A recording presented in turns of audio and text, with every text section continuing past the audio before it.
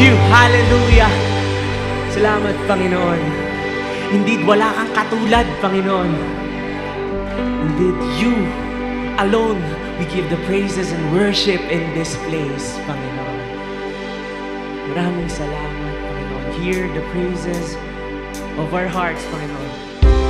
Fullness of joy as we sing, as we worship Him who deserves it. Because God, you alone deserve it. Thank you, God, for your unfailing love. Thank you, God, for the victory that we are walking into right now, Panginoon. As we continue to declare, as we continue to sing, we will only praise and worship your name and your name alone. Come on, church, huwag mong pigilan yung sarili mo na magpuri sa ating Diyos. Thank you, God. Thank you, Jesus.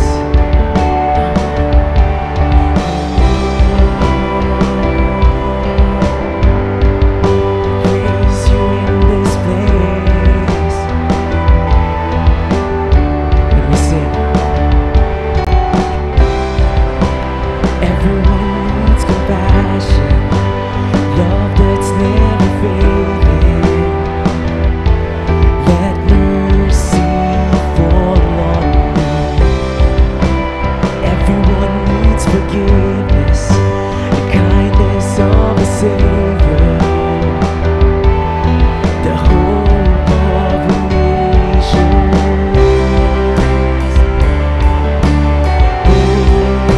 Sing. Savior, He can move the mountains. My God is mighty to save.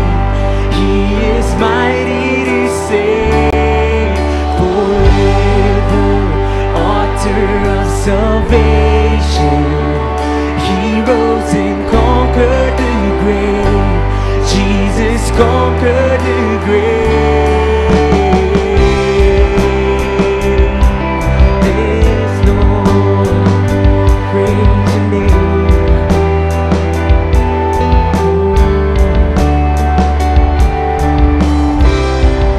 So take me as you find me, all my fears and failure. Fill my life again. Give my life to follow everything I believe in. Now I surrender. I surrender.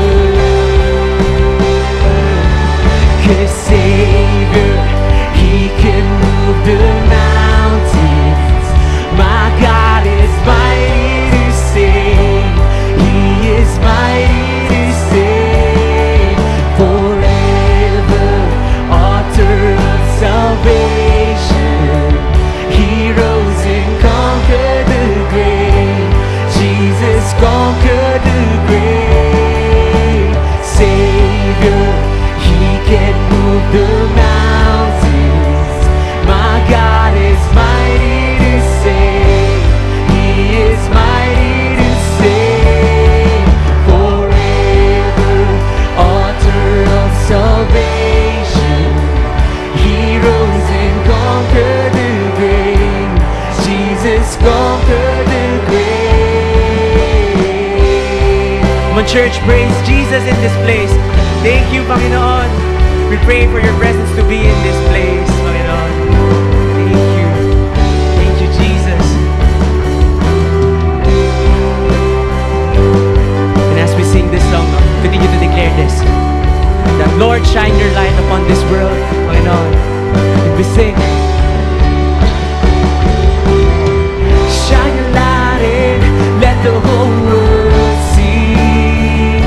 We're singing for the glory of the risen King. We say, Jesus, shine your light and let the whole world see. We're singing for the glory of the risen King. Jesus, shine your light and let the whole world see.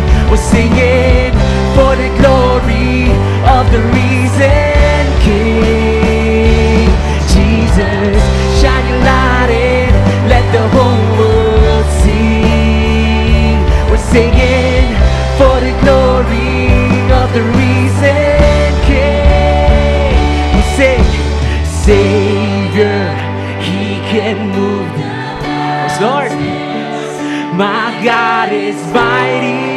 save.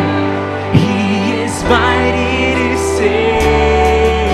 Forever, author of salvation. He rose and conquered the grave. Jesus conquered the grave. Savior, He can move the mountains.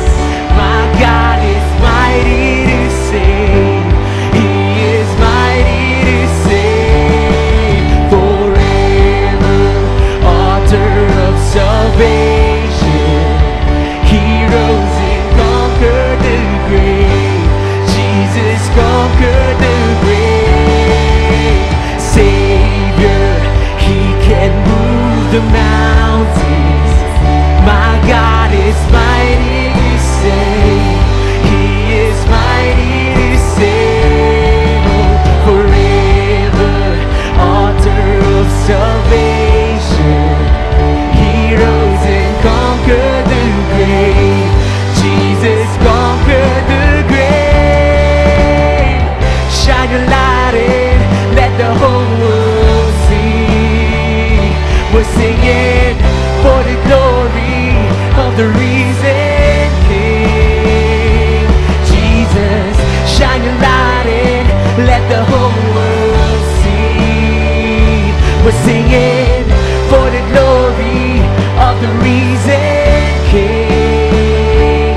Jesus, shine your light in, let the whole world see. We're singing for the glory of the risen King. We say, Jesus, shine your light in, let the whole world see. We're singing for the glory of the risen King. Savior, He can move the mountains. Yes, Lord, nothing is impossible with you, Panginoon.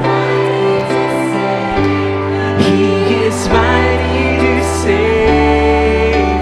Forever, author of salvation. He rose and conquered the grave. Jesus conquered the grave. We sing, Savior, He can move the mountains. My God is mighty to save. He is mighty to save. Forever, author of salvation. He rose and conquered the grave. Jesus conquered. For the last time we sing, Savior, He can move the mountains.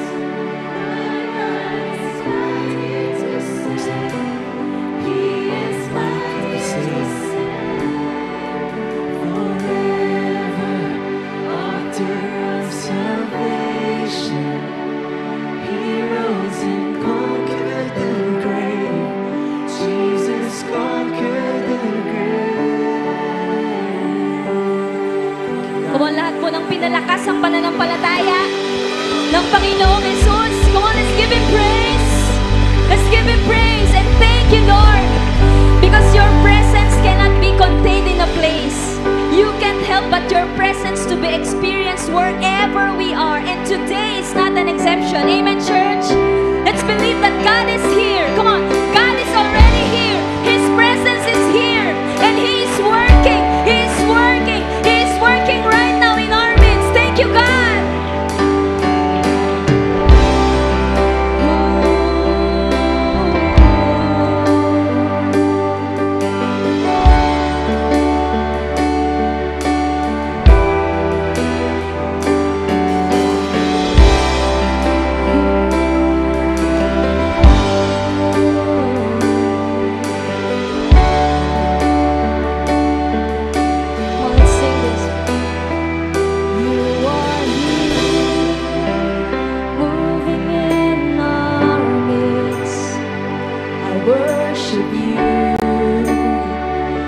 worship you. You are here, working in this place. I worship you.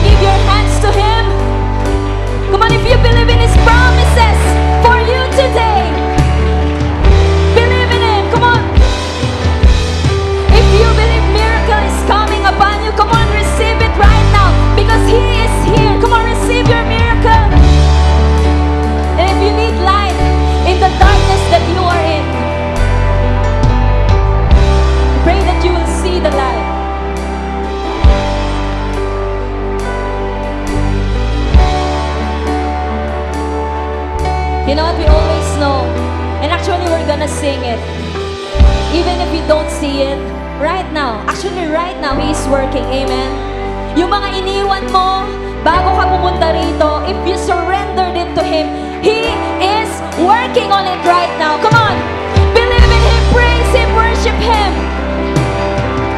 We do not need to see it. We do not need even to see that He is working.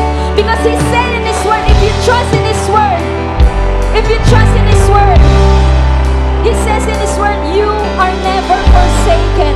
You are never forgotten. So hold on to that word. Those who know the name of the Lord and put their trust in the Lord is not forsaken. Amen. Because the Lord has never forsaken those who seek Him.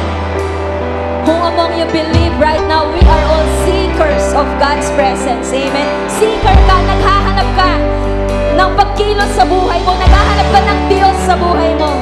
Kapatid, receive Him right now. Because He is here. Open your spiritual eyes that you may see that He is here.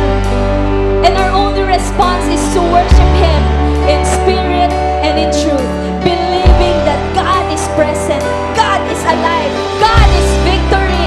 Come on, God is more than a conqueror, and so you are. Thank you, God.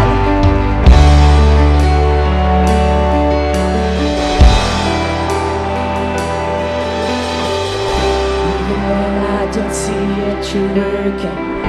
Even when I don't feel it, you're working. You never stop working. You never stop.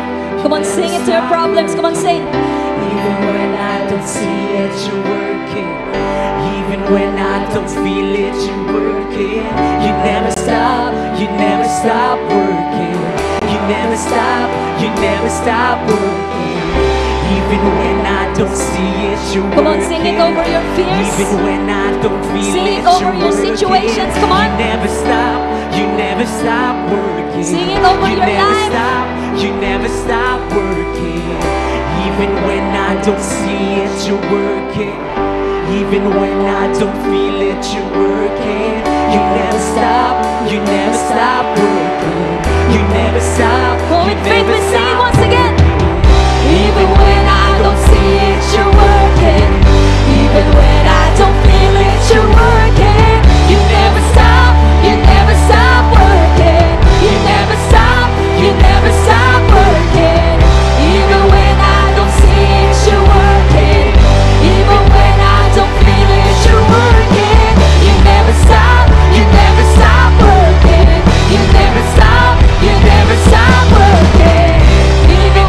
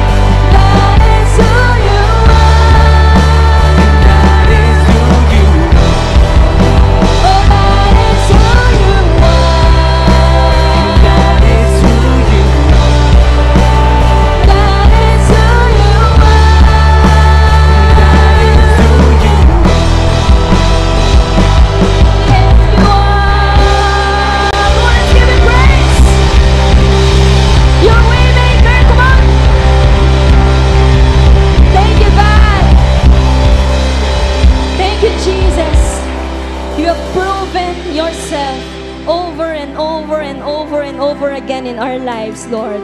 And we believe hindi pa po kayo tapos sa mga buhay po namin. Come on, would you receive that good news? He is still working. Come on. He still cares for you. He still loves you. He will still make a way for you. He will still answer you. Because what He did yesterday, what He did 2,000 years ago, was the proof that He is still alive until today. That we are praising Him, that we are worshiping Him. That's the God that we serve. That's the God that we worship. Come on, let's give Him praise. Thank you, God. Lord, we believe in You. Panginoon, I pray that as we worship, You have just increased our faith once again. Because even faith, even that, it comes from You. And we receive it. Thank You, Lord, for reminding us that You are still good. You are still faithful. You are still working. You're still in the move. That's why we worship You. Because we worship a God who is alive, who has risen from the grave, who conquered the grave. And just what we are singing, who is always mighty to save. That is who You are. So Lord, receive all the praises, all the honor, all the glory. Come on, church, let's give it to Him. Our loudest shout, our loudest praise. Let's worship God for who He is and be ready to receive more as we listen to God's preaching of His word. Lord, may You find us good soil so that whatever it is that You will plant today will bear fruit in our lives, 30, 60, and even 100-fold return. At the end of the day, all of this is for Your glory and for Your purposes alone. We give You back the praises, the honor, the glory. And we declare and ask all these things in Jesus' name. And everyone here will say, amen and amen. Thank You, God.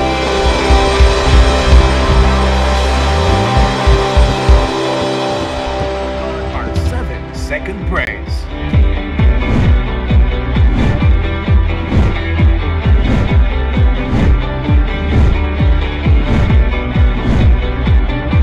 And let us welcome our speaker, Pastor Chris Leona.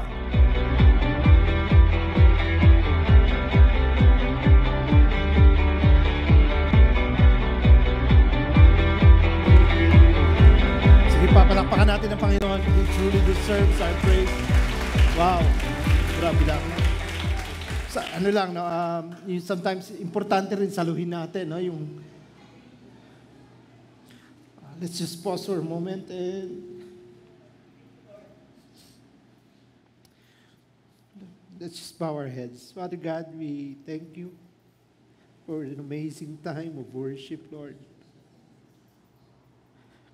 Truly, Lord, we are blessed by Your presence. Who are we, Lord, that You are so mindful of us, Lord?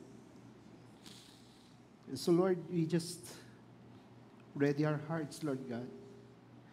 Lord, allow mo po na yung meditation ng heart ko, Lord, will be a pleasing aroma unto the heavens, Lord, and will be like seed planted on fertile soil, Lord, and that in the hearts, Lord, of everybody here today, in Your perfect time, Lord, it will bear fruit and will manifest, Lord, and magiging blessing din sa mga tao sa paligid po nila, Panginoon. Today, Lord, we're going to talk about light. We're going to talk about sight. We're going to talk about blindness. So, Lord, will You remove the scales of our eyes, Lord God, and allow us to see what You want us to see beyond the message, Lord, because Your word is the only thing that has the power to transform, Lord God. And so, Lord, today, Lord, we just continue to open our hearts to whatever You're going to do. We believe that You're going to do great and mighty things, Lord God, today. And we will never leave this place the same person again. To You alone, Lord, be the glory, be the honor, and praise in Jesus' name. Amen. Amen. Palakpakan natin ang Panginoon. Purihin siya, no? Sobra lang po akong excited kasi I'm back. Moto, parang di naman totoo. Pero malungkot din ako kasi first year anniversary ng Manila, pero dahil sa inyo, wala ako doon, di ba? Ganyan ko kayo kamahal. Char. But seriously, magandang umaga po. Sa mga hindi po nakakilala sa akin, ako po si Coach Chris. Kung di nyo po ako kilala, okay lang, di ko rin kayo kilala. So, it's a tie, hindi ba? But will you bless the person beside you? Sabihin mo sa kanya, God bless you. I'm blessed that you are here. Yan. Okay, sige, please take a seat. Take your seat. And mag-umpisa na po tayo. Ayan, so today we're going to talk about a very familiar story. Okay, very familiar story. In fact, maraming beses nyo nang nabasa, no? Or baka naku-confuse ka kasi maraming similar stories in the passage, in the Bible, no? Salamat po. Maraming similar stories in the Bible. And today we entitled the message, Light of the Blind. Bakit Light of the Blind? Well, mamaya, no? We'll get to that in a little while. But if you have your Bibles with you, you may turn to John chapter 9. Okay, yan po yung babasahin natin. Ang ano lang, magpapasintabi lang ako, babasahin po natin yung buong chapter. No? Actually, hindi naman lahat, pero a great majority. 41 or 42 verses siya. Pero siguro a big majority talaga babasahin natin. And because it's impossible, no? It's impossible. At sobrang dami, sa amin po mga preachers, may tinatawag kaming mga pregnant passages. Na pregnant, yung pagka talagang hinukay mo, marami ka talagang madodraw out na lessons. Ito, pregnant chapter ito. No, talagang pag nanganak ito, ang daming lesson na pwede nating madraw out. Actually, ganun ata talaga ang character ng word ni Lord, no? Na anytime you revisit a passage, it always reveals something new to you. So, kung ikaw di ka masyado nagbabasa ng Bible, I'd like to encourage you kasi you're missing out on a lot. Ang totoo, sobrang dami, no, ng mensahe na gustong ibigay sa atin ng Panginoon through His Word. Even on one single passage, you'll be surprised. Right? Kasi the Word of God is consistent, pero tayo, nagbabago tayo. Tama ba? No, sabi nga, ano ba yung terms, I think it's Latin or Greek, eon flux. You are never the same person. Parang when you stand in a river, it's the different water, or because you are coming from a different experience, you're not the same person. Diba? So ganun din ang word eh. Ang word ni God is consistent, pero yung message niya para sa'yo will always change. And even if you read the same passage over and over again, magugulat ka, may bago siyang i-reveal sa'yo. Kaya ang encouragement talaga sa atin, magbasa, no, kausapin ng Panginoon through His Word. And itong John chapter 9, admittedly, siguro mga ilang beses ko na rin pong nabasa ito, but in fact, hindi ko maalala kung if I have preached about this many years ago, or was it Bartimaeus? Kasi marami pong mga bulag na pinagaling si Jesus sa Bible, no? Sa mga nakakabasa po, no? So, but today we're going to talk about a man born blind. Pinanganak siyang bulag. Right? So, kung ilalagay mo yung sarili mo sa lugar niya, paano kaya yung pinanganak ka ng bulag? It's one thing na nabulag ka later on. O tulad ko, lumalabo na yung mata ko. No, sino sa inyo mga lumalabo na yung mata, di ba? Pero ako, at least sure ako, pogi pa rin ako. Kahit lumabo mata ko, pagtingin ko sa salamin. Yan, minsan lang naman eh, kayo naman. No? Di ba? Yung tipong kahit lumalabo ka, may mga bagay sigurado ka, di ba? Pero paano yung mga bagay na kahit kailan di mo nakita? Right? Imaginein mo, pinanganak ka bulag, kahit kailan di mo nakita yung parents mo. Naririnig mo, pero hindi mo nakita mukha nila. Right? How do you explain the colors to a blind person?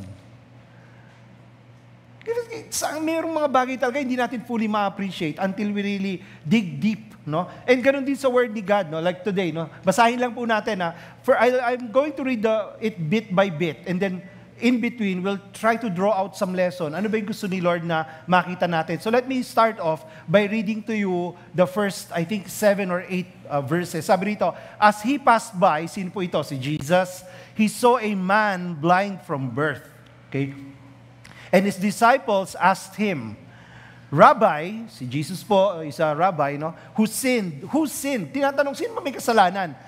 This man or his parent that he was born blind. Nung unang panahon po kasi, merong mga paniniwala, no, iba-iba ang tawag nila, may law of retribution, may tipong ganon, na kapag ka ikaw nagsasuffer ka, either kasalanan, may kasalanan ka kasi, or baka kasalanan ng parents mo, pinagbabayaran mo. Medyo harsh, ano? Pero ganun po yung paniniwala nila noon. Actually, today, alam natin, that's bad theology. Sa atin, lalo sa mga nag-aaral ng Scripture, you know that's terrible theology. No? So, tuloy lang natin. This man or his parents, yun ang tanong ng mga apostles, no? Ng mga disciples. Sinagot sila ni Jesus. Jesus answered, it was not that this man sinned. Hindi daw niya kasalanan.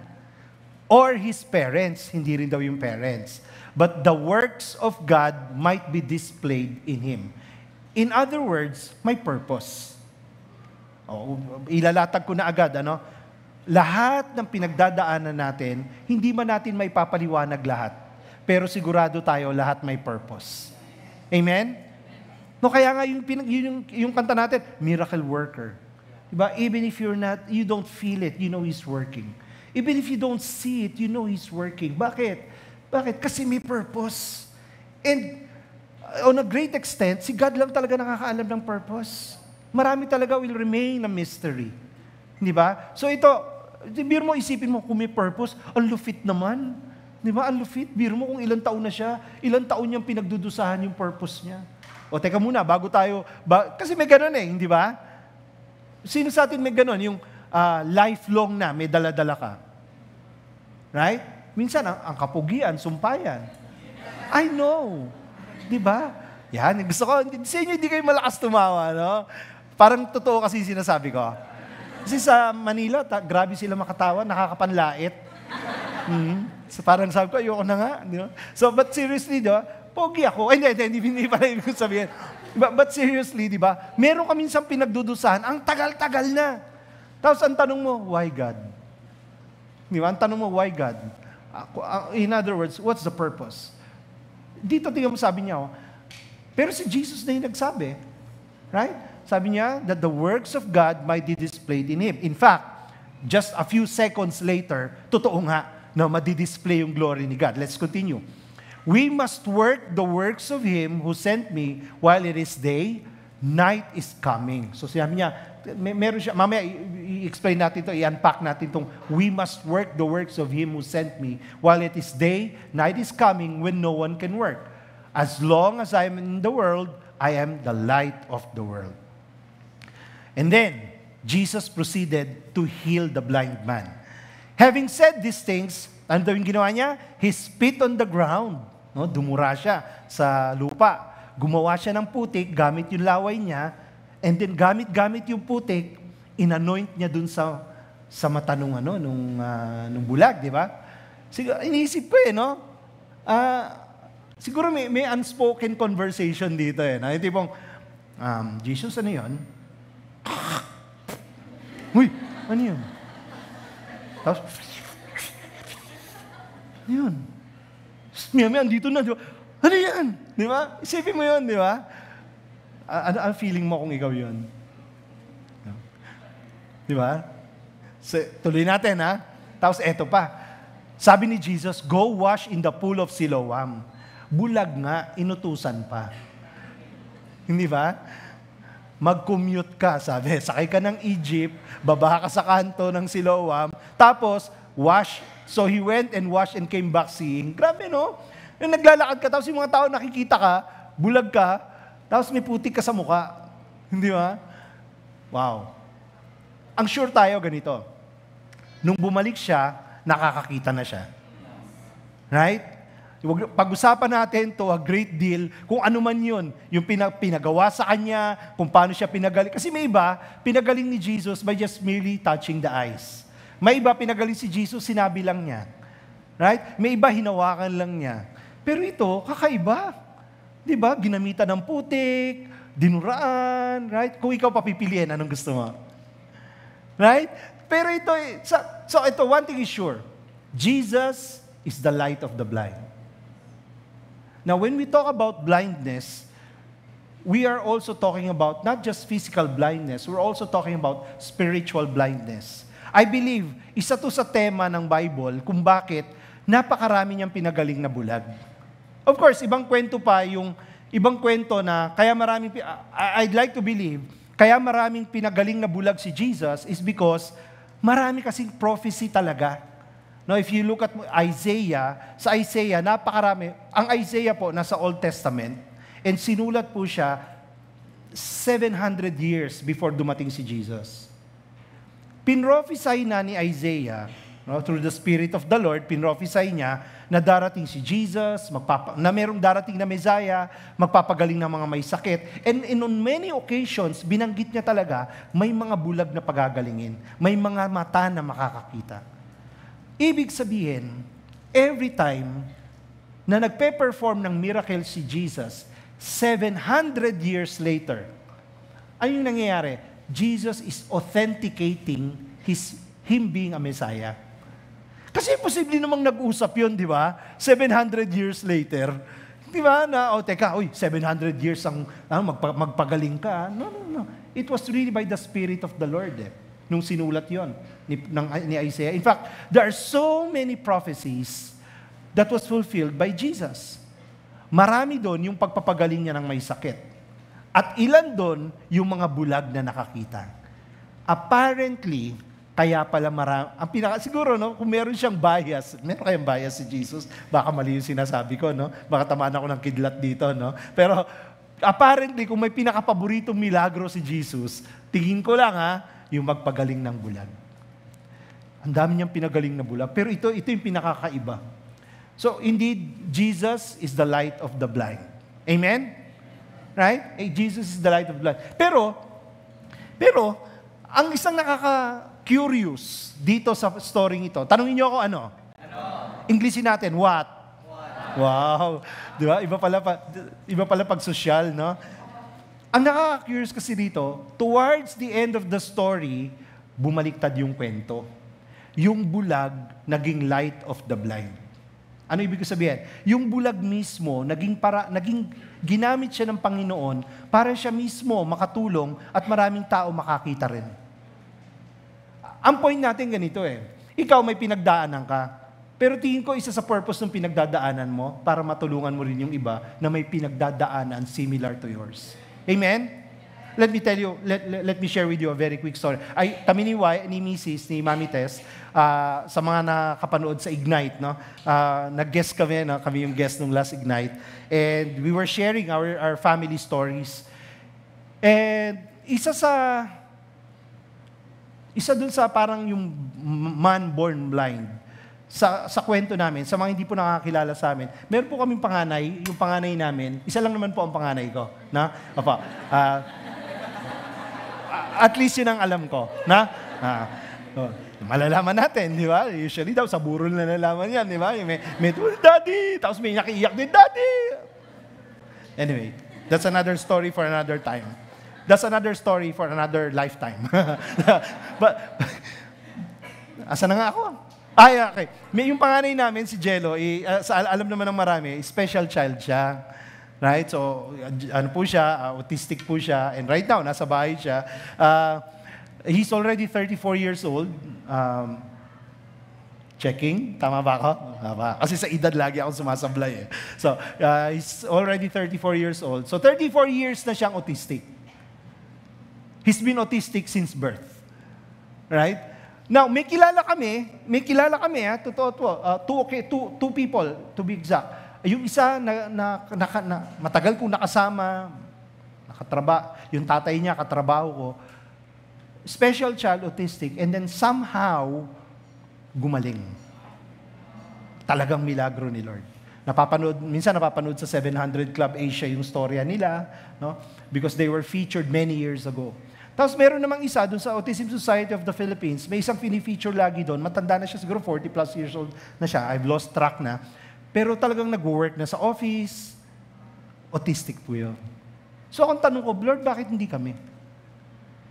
Di ba, Lord, bakit hindi kami? And so, yun ang talagang tanong namin for so many years.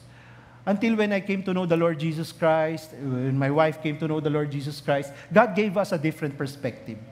Binigyan nila kami ng ibang pananaw. Nung nabasa ko yung sabi ni Apostle Paul, 3 times I asked of the Lord, di ba? Pinapaalis niya kay Lord yung thorn of the flesh niya.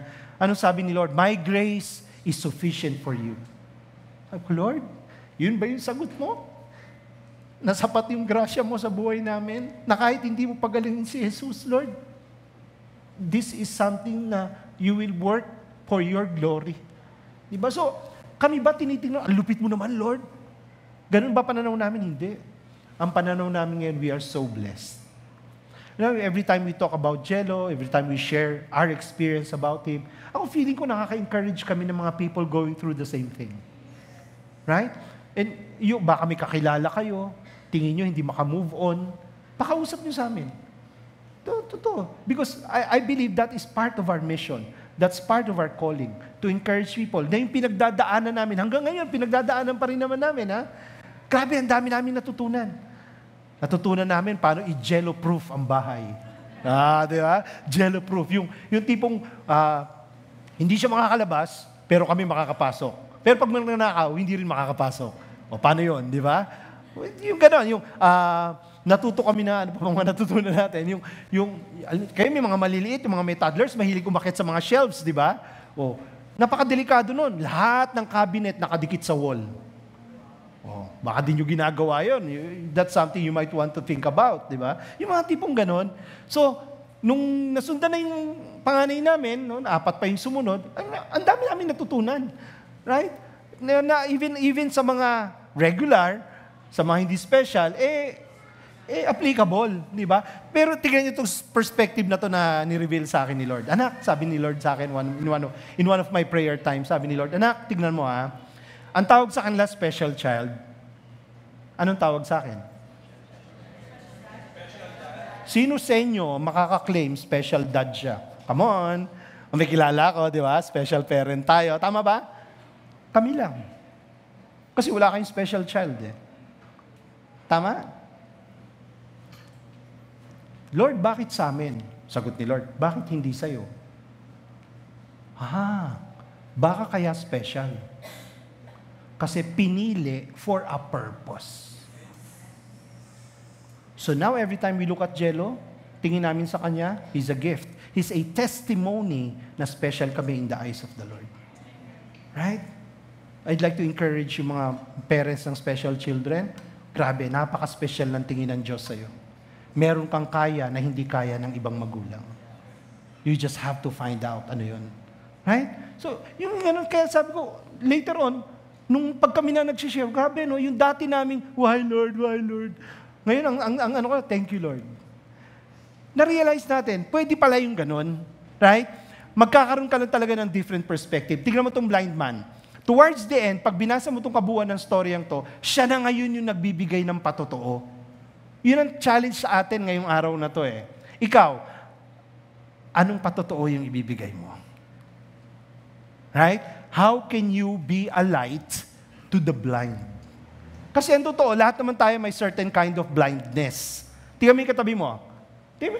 Bulag yan. Check mo. Ganunin daliri mo. Tapos ganunin mo. Bulag na yan. Pero lahat tayo may certain kind of blindness. Ano yun? Hindi mo nga alam kasi blindness mo nga yun Tama ba ako? Right? Until someone calls it out. Minsan nga, kino-call out na, ayaw mo pa rin paniwalaan or ayaw mong tanggapin. Either bulag ka o nagbubulag-bulagan ka. Tama ba? No. So today, as we talk about the light of the blind, let's come from that perspective. Ay, pwede rin pala ako maging ilaw. Kaya nga ang Kristiyano, ang tawag sa kanya, ilaw at asin. Tama ba? Hindi ka lang maalat. Maliwanag ka pa. O wag mo nang tikman yung katabi mo, ha? Right? Di ba? Nung mga ilang araw na sobrang init, no? Feeling mo ang alat mo nga, no? Yung iba maasim. Tuloy na. Tingnan mo, balikan ko lang yung first verse. Balikan natin yung tanong kasi we need to nail down sa a few things bago natin makita paano ba nagbago yung trajectory ng buhay nitong blind man na to. Tingnan mo, sabi ni Jesus, Tinanong siya ng mga disciples, sabi, who sinned, this man or his parents? So, linawin lang muna natin yung pinag-uusapan natin about theology of suffering. Is suffering always caused by sin? Hindi ba? Kasi tingnan mo, well, kung siya yung nagkasala, born blind nga siya eh. Paano yun? Nagkasala siya habang nasa sinapupunan siya? Anong kasalanan yung ginawa niya nung nasa tiyan siya ng nanay niya? Nagsinungaling siya. Ano kaya? May pwede kaya siya gawing kasalanan doon? Ano kaya? Di ba? Nag-disobey siya. Sabi ng nanay niya, kain ka na anak, kain ka na. Sabi niya, ayoko po. Hindi, di ba? Imposible. So, imposible yan, tama? Pero ang pwede rin kasi, di ba, yung sin natin, sin of Adam. Right? Pwede yun. Sige, pwede yun. So, pero hindi lagi. Agree? Alright. How about his parents? Marami kasi pwede. Pwede rin naman eh. Pwede rin. Pwedeng, for example, marami kaming maling practices sa bahay and later on, ang nag-suffer, mga anak namin. Pwede kaya yon? Yes. Totoo. Right. If you believe yung nasa Exodus 20, yung generational curses, right? Pwede rin talaga. Ang sabi kasi ni Lord, I will visit the iniquity of the father through their children. Yun daw kasalanan ng tatay, ang magdudusa yung anak. Nasa Exodus 20 po yun. So kung naniniwala ka ron, pwede rin pala. Pero ito lang ha, linawin lang natin. Is suffering caused by sin? Sometimes, but not always. Pwede ba natin i-classify yun ng ganon? Pwede siguro, pero to put it in a box, medyo irresponsible po yun. Right? Yung every time na lang makakita ka ng taong nagdurusa, ay magsisi ka na. Parang, ano nga pangalan ng kaibigan ni Job na yun? Eliphaz. Di ba? Sabi, magsisi ka na. Siguro kaya ka nagkakaganyan kasi may kasalanan ka. Yung tipong lahat na lang ba? Dahil sa lahat ng suffering sa mundo, dahil sa kasalanan ko, kasalanan ng parents ko, di ba? Well, sometimes, but not always. Pero, I'm sure tayo, ganito ha. Oftentimes, suffering will remain a mystery. May mga suffering talaga, sa heaven mo na lang malalaman. Right? Sabi mo sa katabi mo, encourage mo katabi mo, sabi mo, sa heaven mo na lang itanong. Sabi mo, kung dun ka pupunta. Teka muna, di ba? Assuming ka eh. Di ba? But, parang hindi nakakasatisfy, na okay. Pero that's the way it is eh. Right? Igalang natin yung sovereignty ng ating Panginoon na may mga bagay gagawin niya dahil gusto niya and may mga bagay hindi tayo privy sa dahilan kung bakit. Right? If He so wishes, He will reveal it to us. Right? He will reveal it to someone. Pero pag ayaw niya, wala talaga tayong magagawa. Hindi ba? Pero ako naniniwala ko, lahat nga ng suffering may purpose. Sabi nga dun sa next part, di ba sabi, the works of God might displayed in Him. Anong purpose nun? Tignan natin. 3 posibleng purpose. Number 1, para patuloy tayong mangarap ng mas magandang buhay. Right? Ang ibig sabihin, always have hope. Always have faith. Right? Kaya importante, ang hope and faith natin is in Jesus. Right? He's our living hope. Amen? Di ba? Kasi kung meron kang Jesus sa puso mo, then you will never lose hope. Kasi ang totoo ako, early on, I learned this in life. Pag hope ang nawala, tapos ang boxing. Tama? Pag hope ang nawala, tapos ang boxing. Naalala ko, nung panahon, when I was younger, marami akong kaibigan, marami akong tatrabaho sa restaurant where I work. Isa-isa, ang dami nila, nag-a-abroad. Tapos pagka nagkakatawagan or pag uuwi na, kumusta ka ron? Magkikwento sila.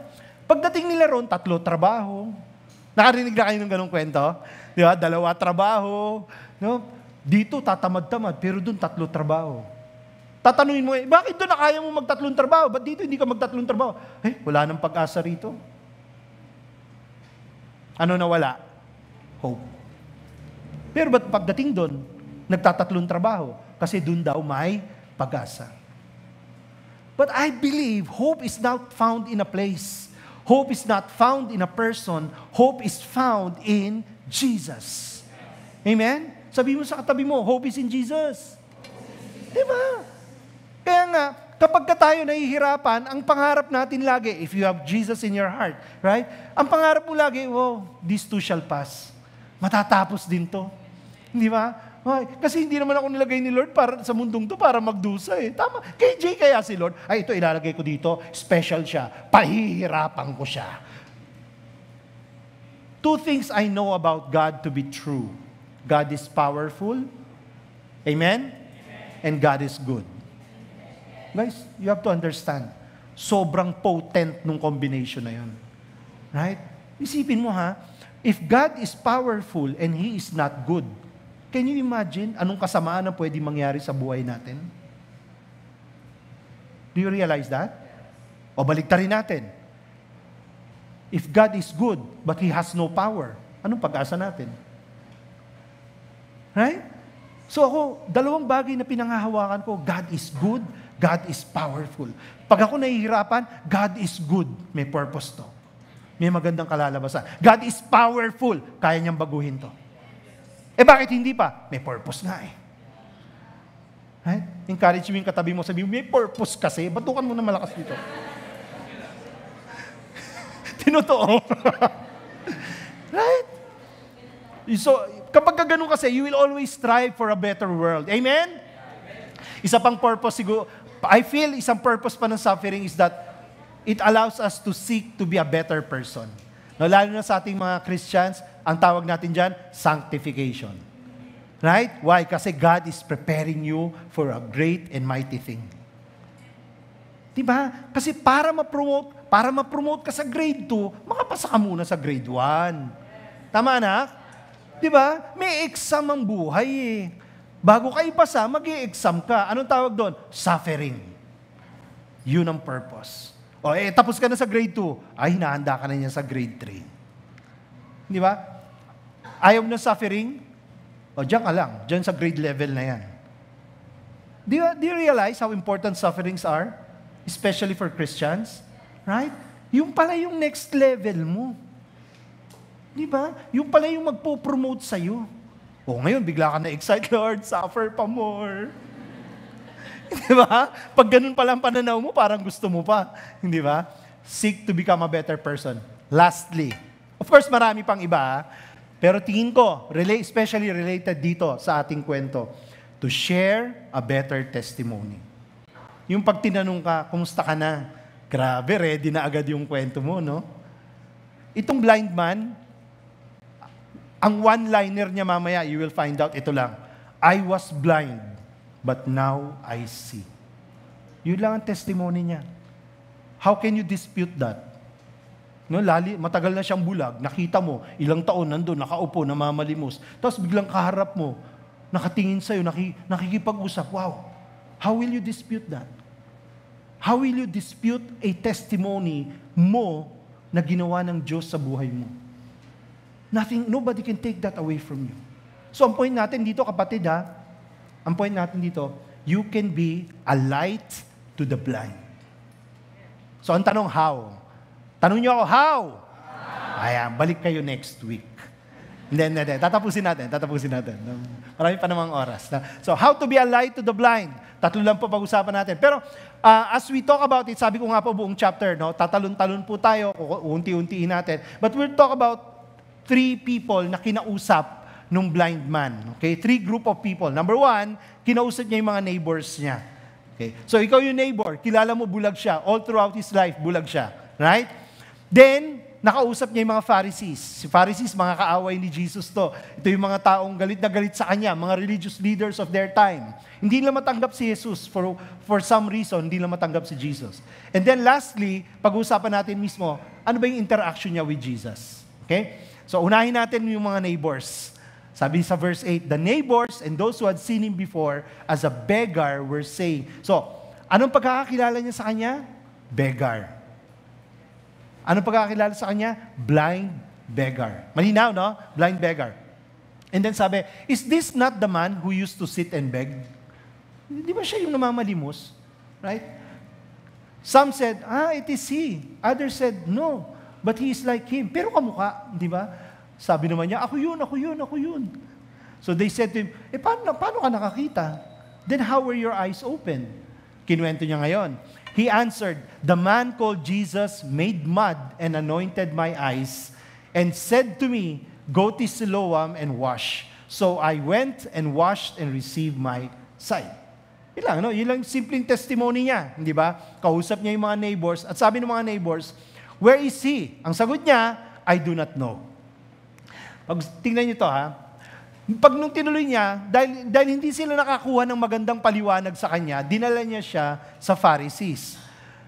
They brought to the Pharisees the man who had formerly been blind. Now it was Sabbath day when Jesus made the mud and opened his eyes. So alam natin, bawal daw magtrabaho nung panahon nila pag Sabbath. So kaya galit na galit sila kay Jesus, no? Kasi isang issue nila, nagtatrabaho kasi siya. Grabe, no? Sumasagip siya ng buhay, ginawa pa nilang issue yun, no? So anyway, so the Pharisees again asked him, tinanong nila yung blind man, how he had received his sight. And he said to them, si blind man, he put mud on my eyes, and I washed, and I see. Hindi pa rin nakontento yung mga Pharisees. Some of the Pharisees said, this man is not from God, for he does not keep the Sabbath. Hindi ka na daw maka-Diyos. Hindi ka daw galing sa Diyos. No? Kasi nilalabag mo yung Sabbath law. But others said, kasama nila, mga Pharisees din, how can a man who is a sinner do such signs? Kung nakakapag-milagro siya ng ganon, paano siya naging sinner? Ang sinner, hindi makagawa ng ganung milagro. So in other words, hindi sila nagkasundo-sundo. Kaya there was a division among them. So they said again to the blind man, binalikan na naman yung blind man, grabe, no? Ano ba, nakakita na nga ako, yung dami niyo pang tanong, no? So they said again to the blind man, what do you say about him since he has opened your eyes? He said, pakibasa nga, he is? Ulit. But wait, tingnan nyo kumpara lang natin yung dalawang testimony niya. Sabi niya kanina sa verse 11, the man called Jesus. Ano daw si Jesus? Pero later on, ano sabi niya? Ano daw si Jesus? Aba, nag-level up? Napansin niyo yung level up? Right? Kanina, tao lang. Ngayon, prophet na. Anong nagbabago sa kanya? Hindi natin alam. Pero may nagbabago ba? Kasi based on his testimony, may nagbabago. Right? So tingnan nyo, how do we apply to the blind? Number 1, what you know is where you start. Yun lang. Ano ba yung alam mong nangyari sa'yo? O bigyan ko kayo ng sample. Dati po, pogi ako. Hindi, baliktad. Dati po, mas pogi ako. Na-aksidente ko, nabangga yung sasakyan ko, nabasag yung dito ko. Kaya pogi na lang ako ngayon. Diba? Pero totoo po yung na-aksidente ako. Bahala na kayo dun sa pogi na lang, ha? Pero ang point ko ganito, wala siyang kaalam-alam about giving a testimony. Right? Pero tingnan mo, something is happening inside of him na yung testimony niya nagbabago. Pero ang mahalaga, ano ba yung alam mo? Dati akong, kung ano man, di ba?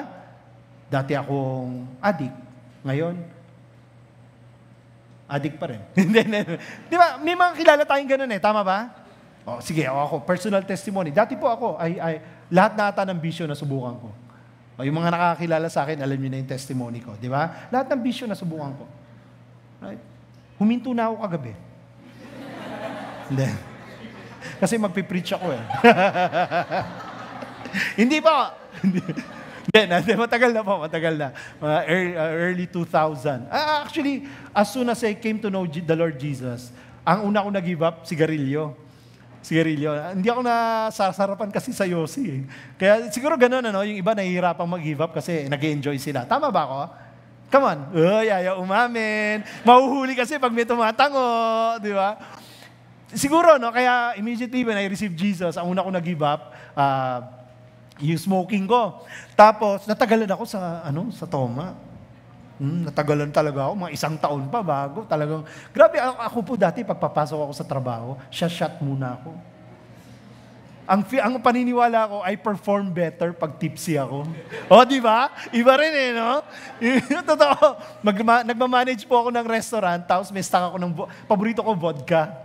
Huwag niyo ako re-regaluhan, ha? nag-give up ko na.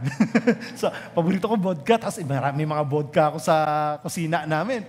Pag bago ako pumasok, closing shift ako madalas, kasi hinahatid ko nga si Jello sa special school. So, pag ako pumasok, shot muna ako, 2 shot. Tapos, ang pasok ko 2:00, matindi sikat ng araw. O, yung mga nakaranas nito, di ba? Ang lakas ng amats nun, tol.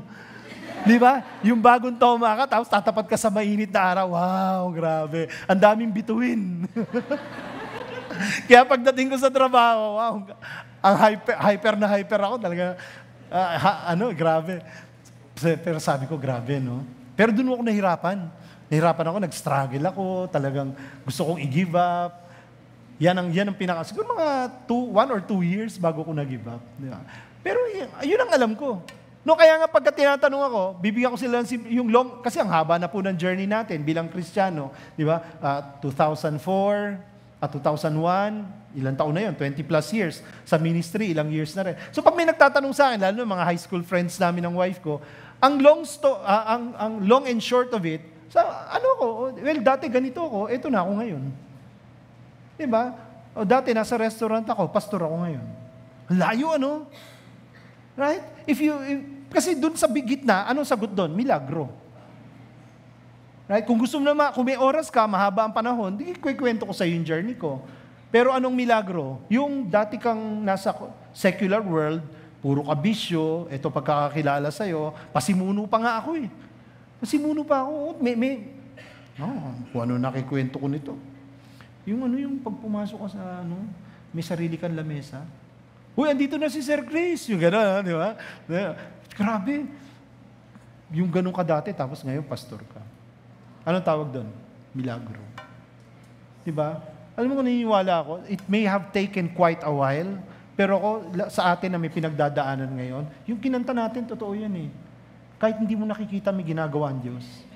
Di ba? Kakapit ka lang talaga, tapos alam mo yung susuko ka lang talaga sa ginagawa niya sa buhay mo. Right? Isusuko mo lang talaga. And then, pag tinanong ka, uy, ano nangyari sa'yo? Yun lang. Kung ano lang yung alam mo, kwento mo.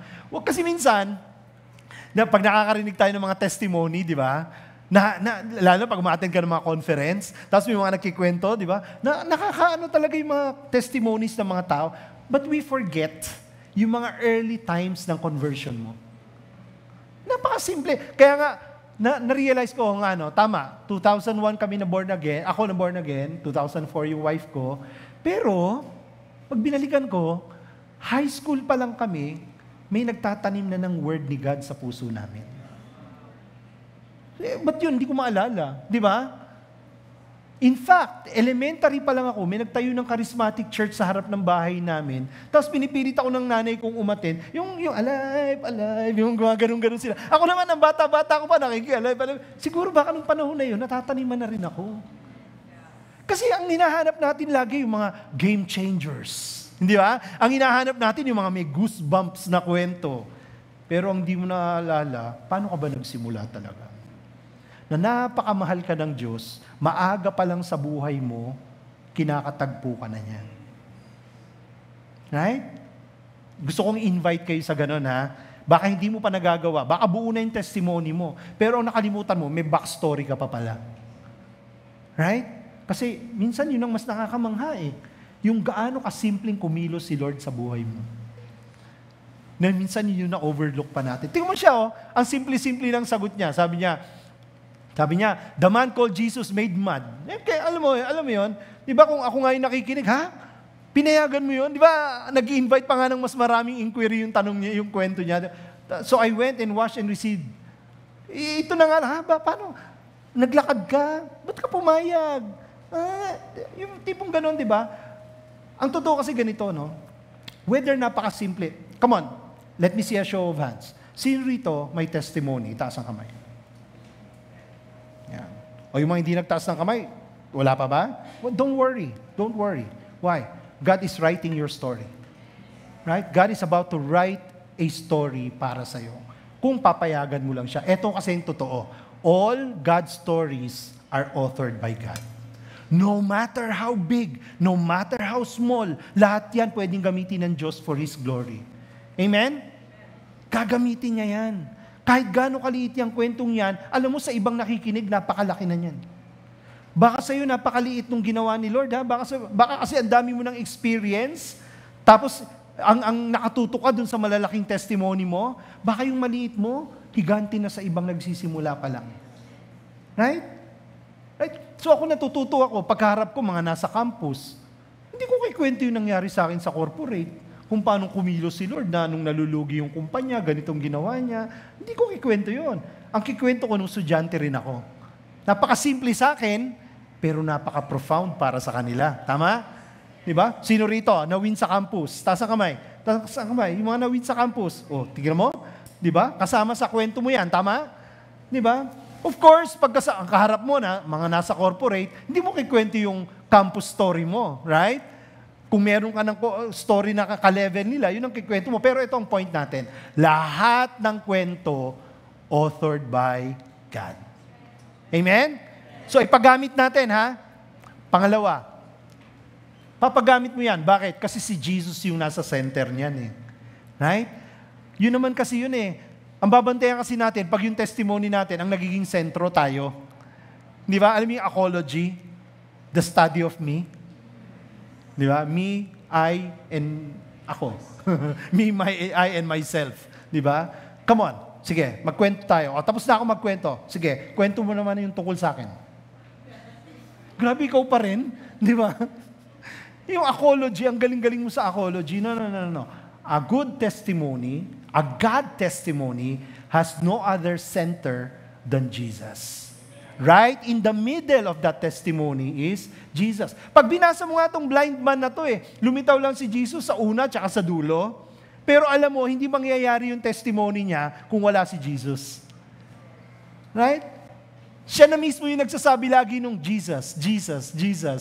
Sa kanya na nanggagaling. Di ba? Kasi ang totoo nga, katulad ng sinabi ko kanina, these stories, big or small, are designed to be shared. O, ito ha, I wanna put emphasis on this ha. Kung meron kang story, hanapan mo ng platform. Okay. Siguro wala kang platform katulad ni Coach Chris sa harap.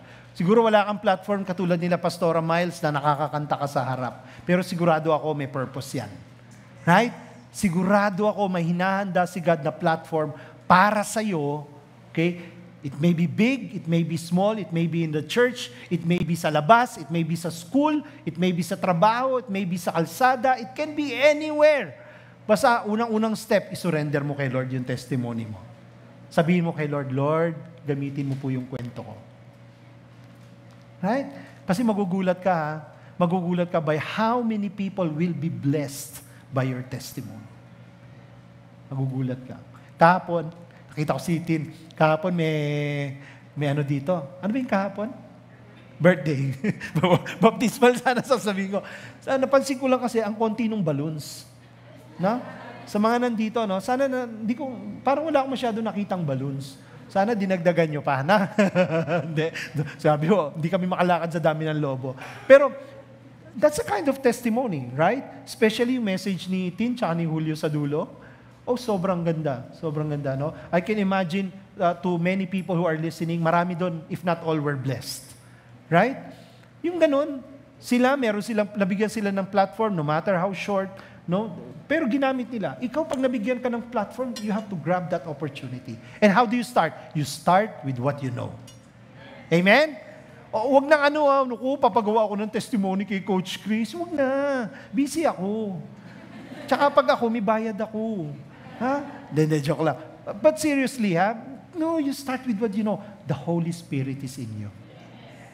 He will give you the words to say. He will not fail you.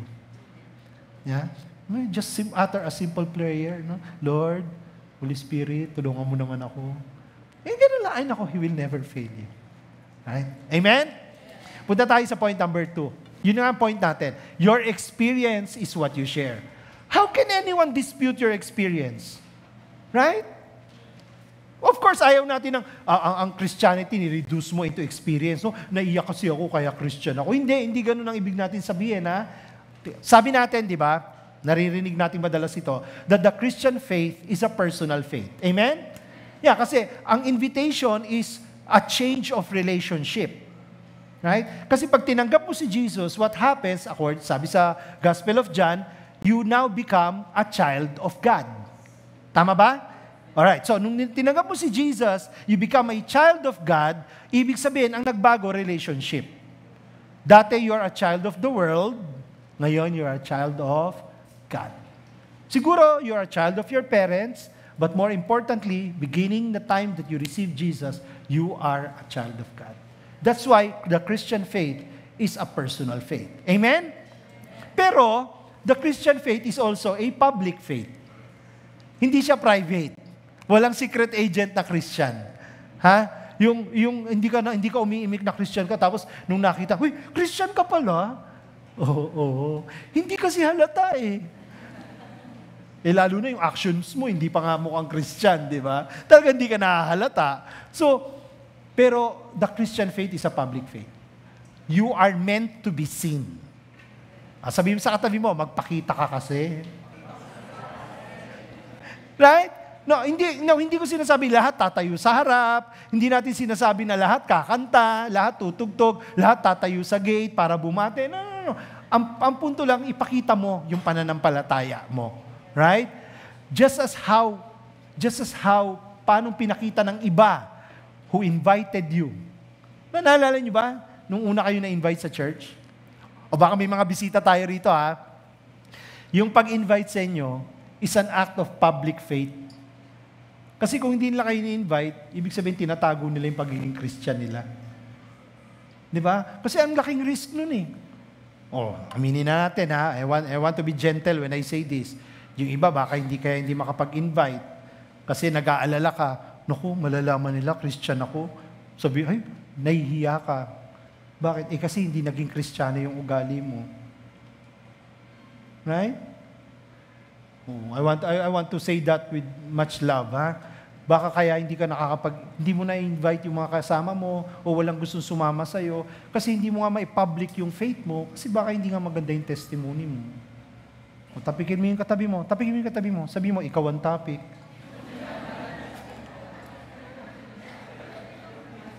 Peace na, peace. But seriously, okay? So, because the Christian faith is a personal faith, it's a public faith, pero, sama na rin natin it's an experiential faith. Okay? The Christian faith is meant to be experienced. Come on, di ba?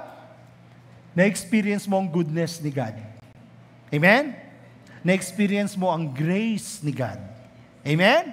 Na-experience mo ang mercy niya. Yang mga yan, it was meant to be experienced. So ikaw rin. Right? You share your experience. Right? Kasi ang totoo, nobody can take that away from you. Right? Parang ako lagi ko sinasabi, alam mo, ang opinion laging tama. Di ba? Kasi yung opinion, sa'yo yun. And just like your experience, sa'yo yun. Right? So how can I dispute that? Right? Sige, pwede tayong mag-argue, pero at the end of the day, pwede mong panindigan yung experience mo. Tama? So ganun lang. If this is truly true for you, you share your experience. Amen? Point natin ganito experience can confirm your faith, but it's not the other way around. Ano ibig sabihin? Hindi ka naging Christian dahil sa experience mo. Naging Christian ka dahil sa faith mo. Pero, nung nagka-faith ka, dun mo na-experience lahat ng bagay na dala ng pagiging Kristiyano. Sino sa inyo, nung time na down ka, naramdaman mo yung comfort ni Lord? Naramdaman niyo yan? Di ba? Hindi, naalala ko lang kasi when my dad died and my mom died, hindi naman kami close masyado ng father ko tsaka ng mother ko. Pero sobra kong naramdaman talaga yung comfort ni God. Sobra kong naramdaman, no? Yung so much so na, may pagka-morbid to. So much so, alam mo, hindi na ako takot mamatay. Totoo. Kasi nung mamatay si dad, tatay ko tsaka nanay ko, and I know they're in heaven because they received Jesus as their Lord and Savior, right? And because I know they're in heaven, alam ko balang araw magkikita kami. And so simula nung nangyari yun, tapos alam nyo nakadagdag pa sa joy ko during nung lamay na yun, yung kayo, yung mga pumunta nung lamay, di ba? Na-experience ko yung community. And so sabi ko, grabe, no? Naranasan ko talaga, wow. Doon na alam ko, when I look back, bakit ako ganito? Kasi minsan sinisita ako ng wife ko eh. Ba't ba pagka ang tawag nga sa akin ni Tatay Mans, the dying pastor. Kasi marami akong preaching tungkol sa death. Nakaipon lang. Nakaipon lang. yung finishing faith, ang title ko talaga ron, Dying Faith, di ba? Puro tungkol sa kamatayan yung mga preaching ko. Well, I don't know, I'm so comfortable talking about it. Medyo morbid pa nga. I'm excited about it. Di ba? Di ba? Parang iba natakot. Pero alam ko kasi, una-una lang yan. And I don't mind kung mauuna kayo. Go ahead. Okay? Amen? Hindi kayo maka-amen. Okay. But seriously. So, malinaw ha? Malinaw. Hindi mo maiaalis sa faith natin yung experience. Pero wag nating ibabase yung faith natin sa experience. Malinaw? Right? Hindi doon nagsimula eh. Hindi doon nagsimula ang faith natin. Nagsimula ang faith natin nung tinanggap mo si Jesus. Okay? And through that, you are on a journey with a different kind of experience. Right? Lagi nyo naririnig sa aming mga pastor to, that the Christian faith is a life of adventure. Right? Kasi nakaka-excite po talaga. It's a different kind of experience. Magugulat ka, saan ka dadali ng Diyos. And that experience, you're supposed to share it. Amen? Amen. O mamaya, magkwentuhan kayo. Ano ba yung mga experience na yan? Tuloy lang natin yung kwento. Sabi sa verse 18, the Jews did not believe that he had been blind and had received his sight until they called the parents. Dinamay pa yung mga magulang, no? Tinawag yung mga parents of the man who received his sight and asked him, is this your son? Anak mo ba to? Who you say was born blind? How then does he now see? His parents answered, we know that this is our son and that he was born blind. Siyempre, no, hindi mo ka naman magkakamali. No, kahit nakakita, kahit nabulag. Minsan may mga magulang nga kahit, yung alam mo yun ang tawag doon, lukso ng dugo. Di ba? Totoo pala yan, ano? Yung pag nagagalit ka, lumulukso na yung dugo mo. Di ba? Lalo na pag kumukulit na sila. No? Yun ang totoong ibig sabihin ng lukso ng dugo. No? Binigyan ng ibang interpretation. But how now he sees, we do not know. Hindi alam ng mga magulang. Hindi kaya nila nakita yung nangyari. Nor do we know who opened his eyes. Ask him, he is of age. Siya, tanungin niyo, matanda na yan. He will speak for himself. Pero, apparently, kaya dinideny ng mga magulang, baka nakita nga nila, I don't know, we don't know, Scripture does not say. Pero tingnan mo yung naka-parenthesis, sabi rito, his parents said these things because they feared the Jews. Apparently, tinakot sila na kapag nag-confess sila na naniniwala silang si Christ ang may gawa nun, they will be put out of the synagogue. No, yung mga panahon na yun, may ganun, yung excommunicado, no, excommunicated. So, yun ang banta sa kanila. Therefore, his parents said, he is of age, ask him. So, kaya pala, no, kaya, hindi natin alam kung nakita nila mismo, pero alam nila, anak nila yon. O baka nakwento na, guys, can you imagine yung heartache ng anak? All throughout his life, hindi niya nakikita yung magulang niya. Di ba?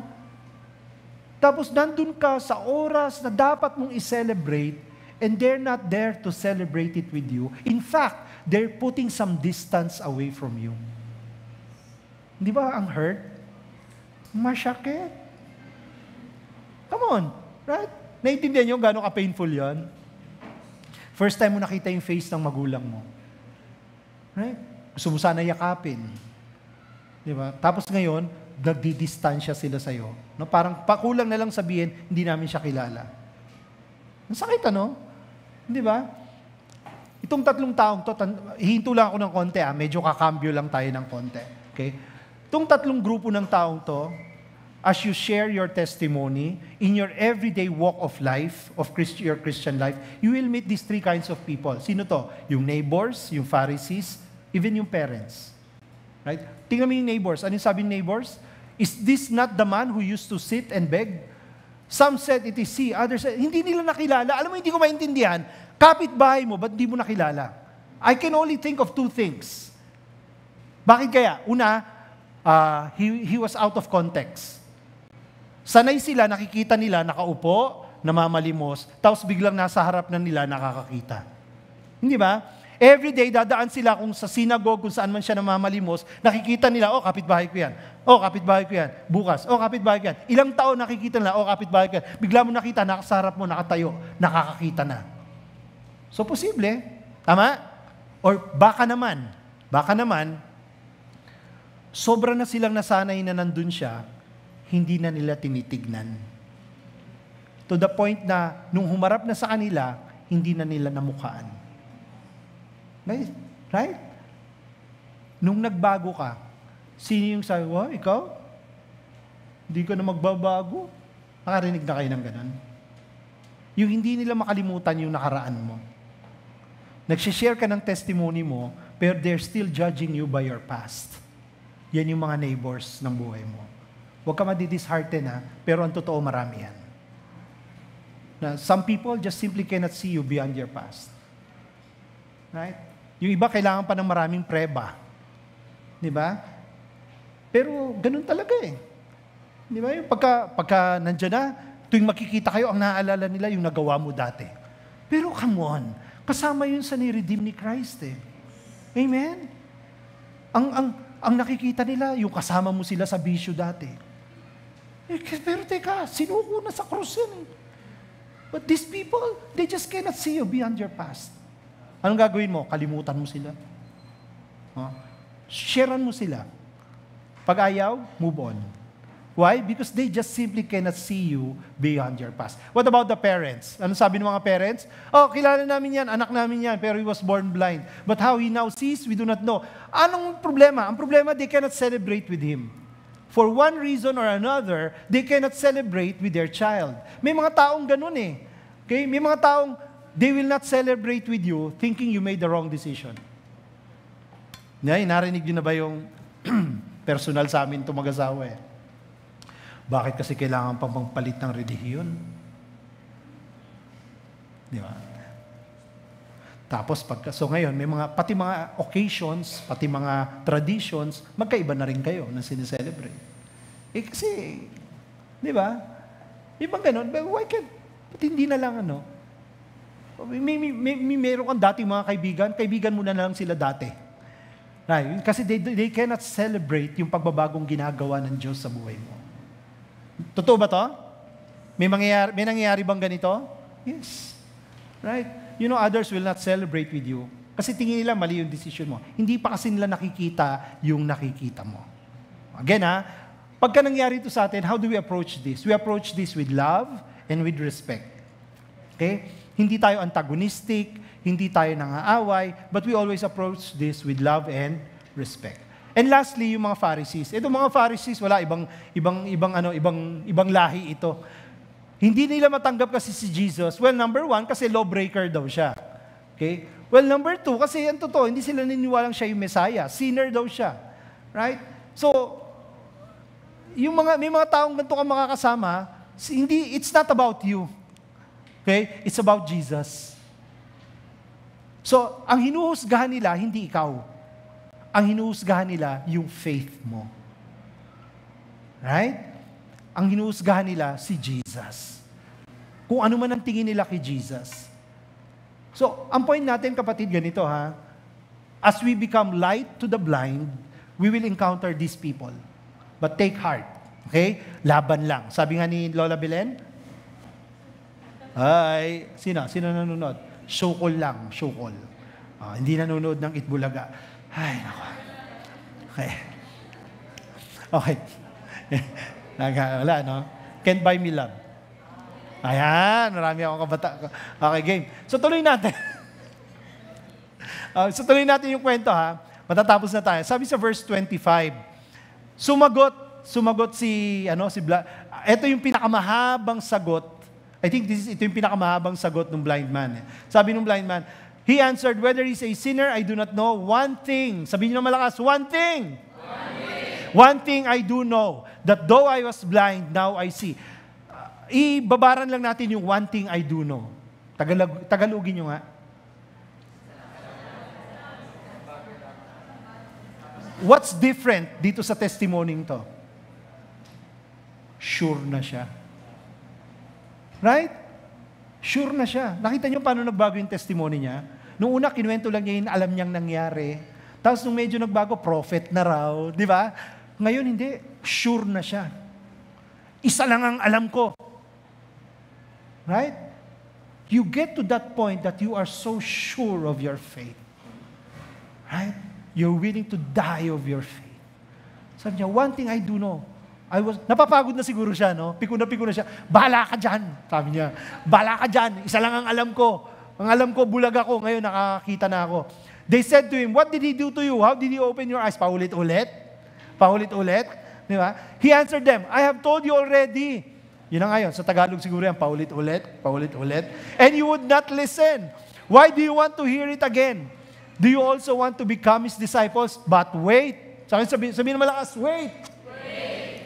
Pakibasa yung naka-yellow. Malakas. Ano ibig sabihin ng Olslo? Yung papel na matigas.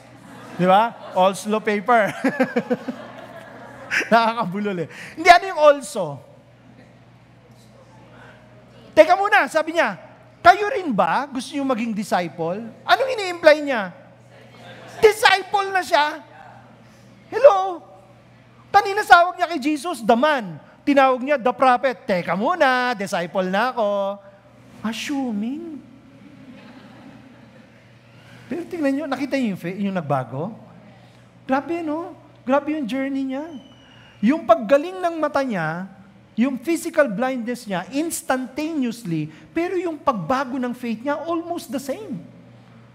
Right? Parang in one single breath, nagbago lahat sa mundo niya. Alam niyo yan na nababago when you keep sharing your testimony. Sa totoo lang, gagaling ka ng gagaling sa pag-share ng testimony mo. Kaya nga i-practice mo. I-share mo ng i-share. Kasi sa totoo lang, habang sinishare mo, lalong nagiging matibay yung pananampalataya mo. Totoo. Nakikita mo, nagiging totoo talaga siya sa buhay mo. Kaya tingnan mo siya, oh. Grabe, no? Ngayon, ang kaharap niya na. Tingnan mo, ang kabalitaktakan na niya ngayon, mga Pharisees, level up na siya. Kanina, ang kabalik-taktakan lang niya, neighbor. No? Yung mga ususerong kapitbahay lang. Di ba? Ngayon, Pharisees na. Level up na si Kuya. Sabi niya, and they reviled him. Na, binawian siya ngayon. And they reviled him. Pero tingnan nyo yung bawi sa kanya is an affirmation. Bakit? Ano sabi ng mga Pharisees? You are His disciple. Oh, kita mo? Pati sila nakita yung pagiging disciple sa kanya. Right? Kasi hindi mo naman tatawaging disciple yan kung hindi naman mukhang disciple. Tama ba? Yung iba nga, disciple, hindi mukhang disciple, kaya hindi mo matawag. Tama? Pero siya, tinawag siyang disciple ng mga Pharisees. Ibig sabihin, nakita na agad talaga sa kanya. You are His disciples, but we are disciple of Moses. We know that God has spoken to Moses, but as for this man, we do not know where he comes from. Then the man answered, ayan na, grabe oh. Bantayan niyo yung sagot niya. Sabi niya, why? This is an amazing thing. Wow! Iba ka din, sabi niya, no? You do not know where he comes from, and yet he opened my eyes. We know that God does not listen to sinners. But if anyone is a worship of God and does His will, God listens to him. Ano napansin niyo sa buong statement niya? Tumalino si Kuya. Ako ang tingin ko Holy Spirit to. Napuspos siya ng banal na Spirit. No? Kasi beggar ka nga buong buhay eh. Di ba? Wala siyang nabasang libro. Bakit? Bulag nga eh. Hello. Di ba? Hindi ko alam kung nakapag-aral siya. Malabo naman siguro, di ba? Hindi lang malabo, bulag nga eh. Di ba? Tapos tingnan mo yung makasagot at talino. Parang scholar yung sagot. Di ba? Ako na, nung binabasa ko to, grabe talagang jaw-dropping sa akin. Sabi ko, Lord, baka hindi ako makasagot ng ganito. Di ba? This could only be the work of the Holy Spirit. Wow. Grabe, no? Nakita yung ang sarap siguro nung gano'n, no? Pero iba kasi talaga when we experience the goodness of God.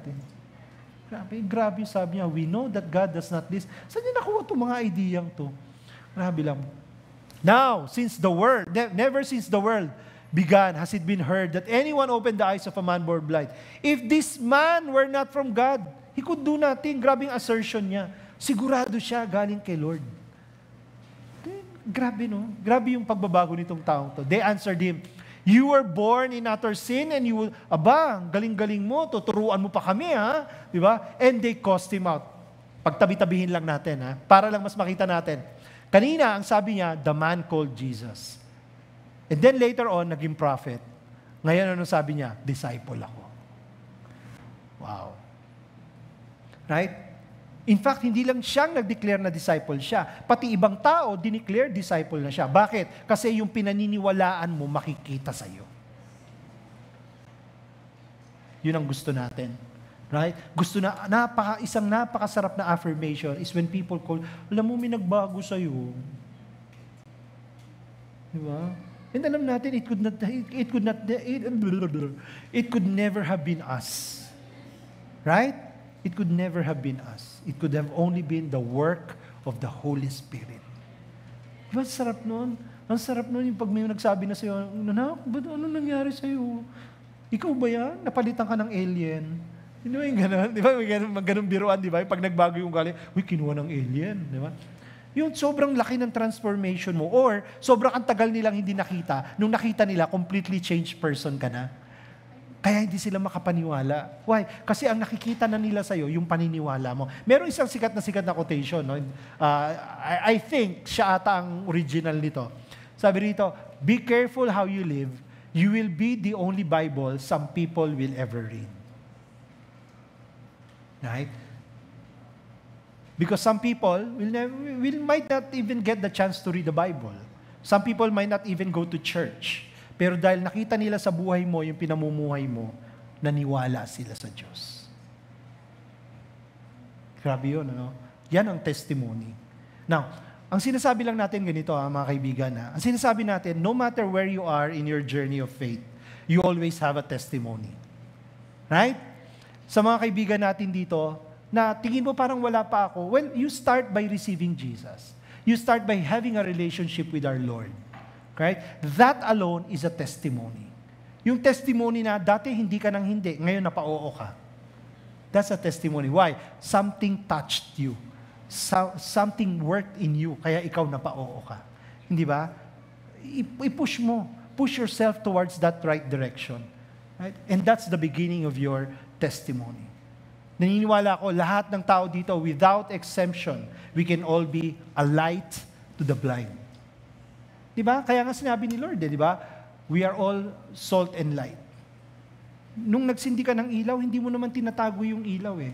Diba? Ang ilaw, ipinapakita para makita ng iba. Tama? Ilaw ka. Sabi mo sa katabi mo, ilaw ka. Magliwanag ka. I-end natin, ha? End natin. Napakaganda ng ending nito. Tingnan niyo yung ending nito, ha? Sabi sa verse 32. Ano ba to? 32 o 35? Mali yan. Jesus heard that they had cast him out. Nabalitaan ni Jesus, pinaalis na siya sa synagogue. Pinaalis siya sa synagogue. So, hinanap siya ni Jesus. Grabe talaga, no? Galing ni Jesus. No? Jesus is a very personal God. Right? Hahanapin ka niya. Yung sa iba sa atin dito, feeling mo na palayo ka na sa Kanya. Ang totoo, hinahabol ka pa niya. Right? Yung verse 1, yung when he saw the blind man, ang translation nun sa original language niya is talagang nag-focus daw siya. Yun daw ang tingin sa atin ng Diyos. His eyes is on you. Right? Tingnan mo, hinanap niya, tapos nung nakita niya, having found him, he said, do you believe in the Son of Man? He answered, and who is he, sir, that I may believe in him? Alam, naniniwala ako, bago pa niya ginawa ito, sa puso niya naniniwala na siya. Di ba, no? Kasi yung bibig, usually last yan eh. Ano nauuna? Yung puso. Tama? So sabi niya, that I may believe in him. Jesus said to him, you have seen him, and it is he who is speaking to you. He said, Lord, I believe. And he worshipped him.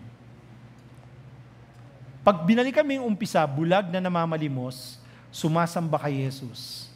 Ang layo, ano? All in day. All in one day.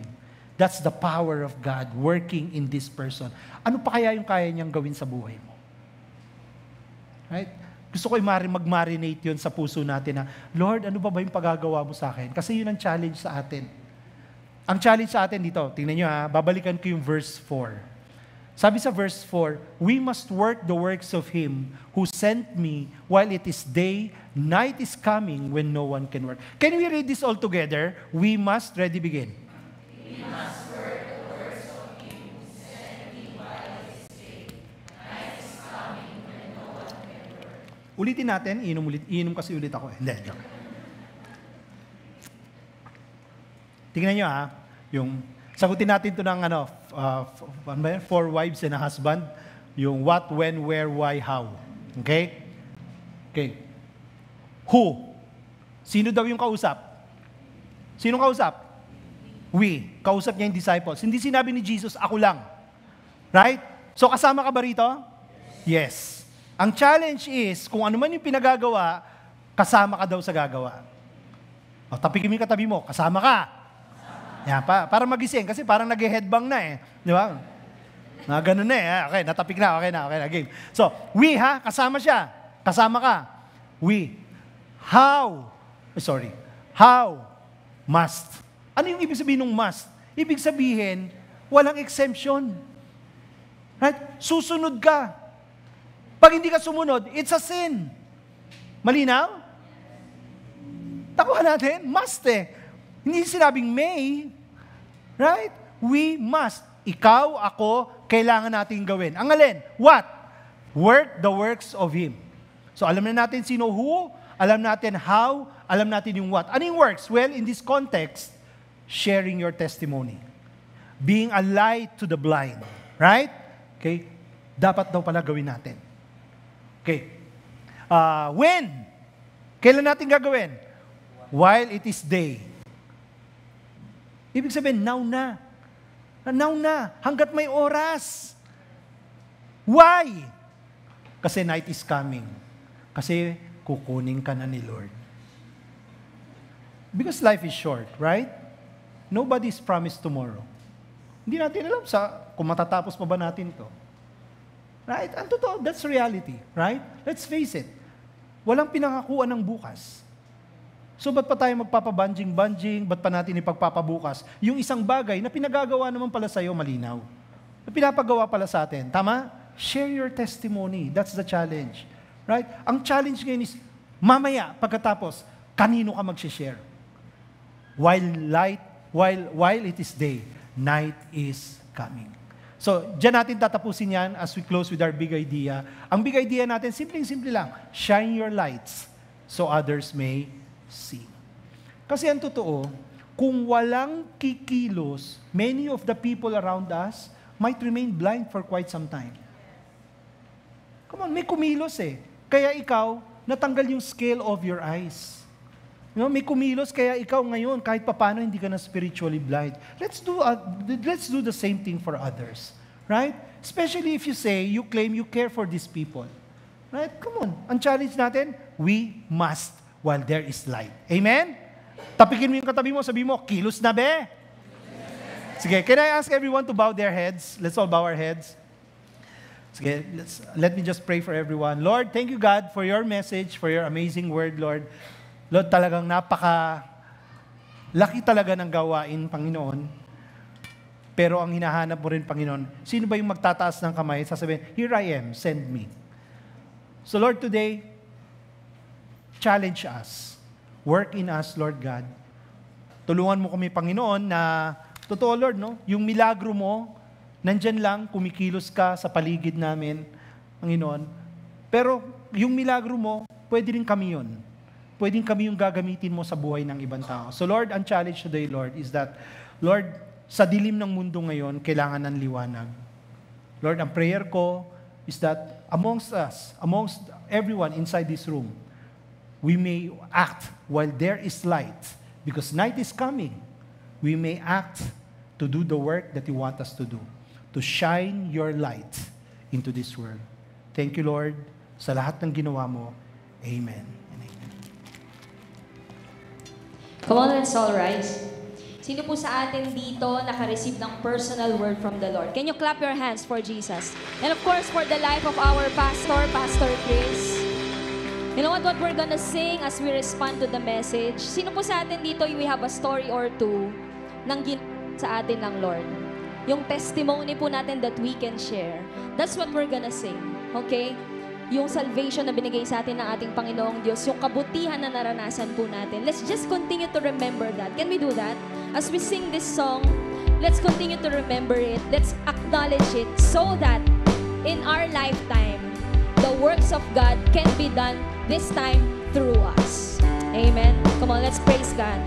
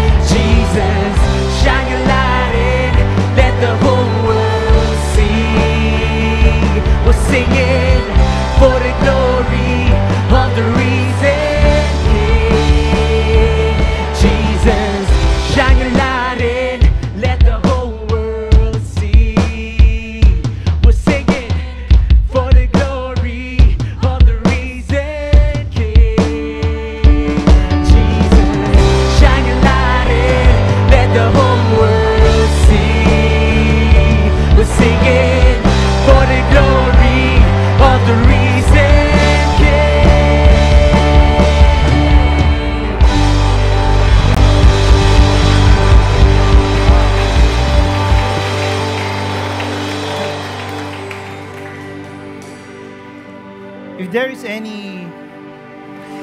any reservation, you might be having some reservation na, Lord, gagamitin mo ba talaga ako bilang ilaw para sa iba?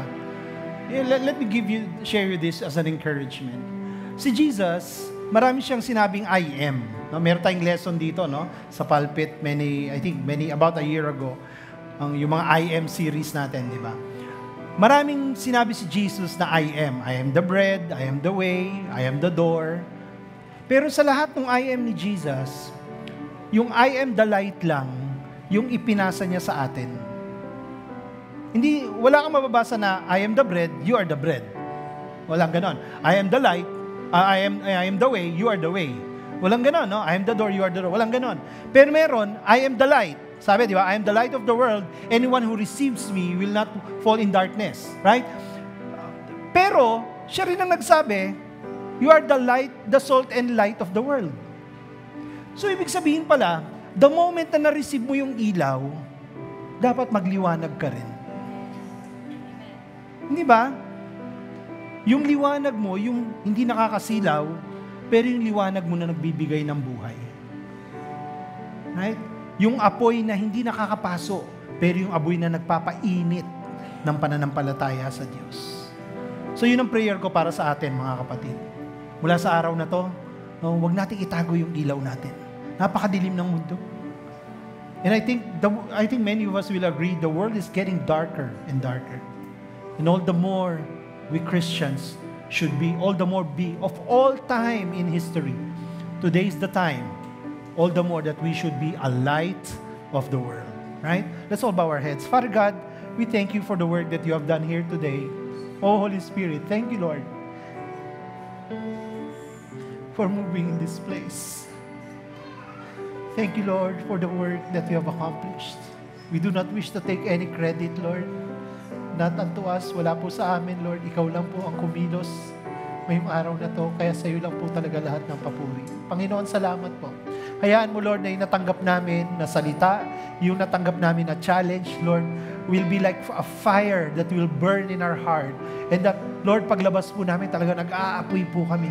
And people will just see and experience, Lord, you moving mightily in our midst, Lord. Lord, yung hindi kami yung nakikita, ikaw po. Yung lumiliit kami, ikaw ang lumalaki. Yung tinatago mo kami sa likuran ng krus, Panginoon. So that all the more you will be glorified, Lord.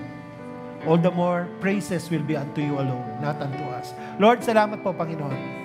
Mga kapatid, can we open our arms in a gesture of receiving? May the love of God and the grace of our Lord Jesus Christ and the sweet fellowship of the Holy Spirit be unto you all, now and forevermore. Si Lord naman ang i-bless natin. Father God, we thank you. We bring you back all the glory, all the honor, and all the praise, because you alone deserve it, Lord God, never unto us, but to you alone be the glory, honor, and praise. This is our prayer in Jesus' name. Amen and amen. God bless you, everyone. Bago tayo mag-umpisa, meron ba tayong mga first-time visitors dito? Ganito gagawin natin, invite lang namin yung mga bisita natin. Pagkatapos natin mag-declare ng success begins on Sunday, okay, can we invite our visitors para lang i-welcome kayo officially, parang mag-picture taking tayo. Alam mo, mga ceremonies ngayon, hindi official pag walang picture, no? Di ba nang walang certificate, wala na yun, picture ang mahalaga, di ba? So, can we invite yung mga bisita po natin after natin mag-declare, nung i-declare natin, dito lang po sa stage para ma-welcome po namin kayo officially and makapagpa-picture po tayo. Alright? So, thank you so much. Alright.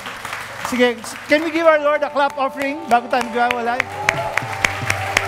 Lord, thank you, Lord. Now, why don't you turn to your seatmate? Sabay-sabay, congratulate natin ang isa't isa.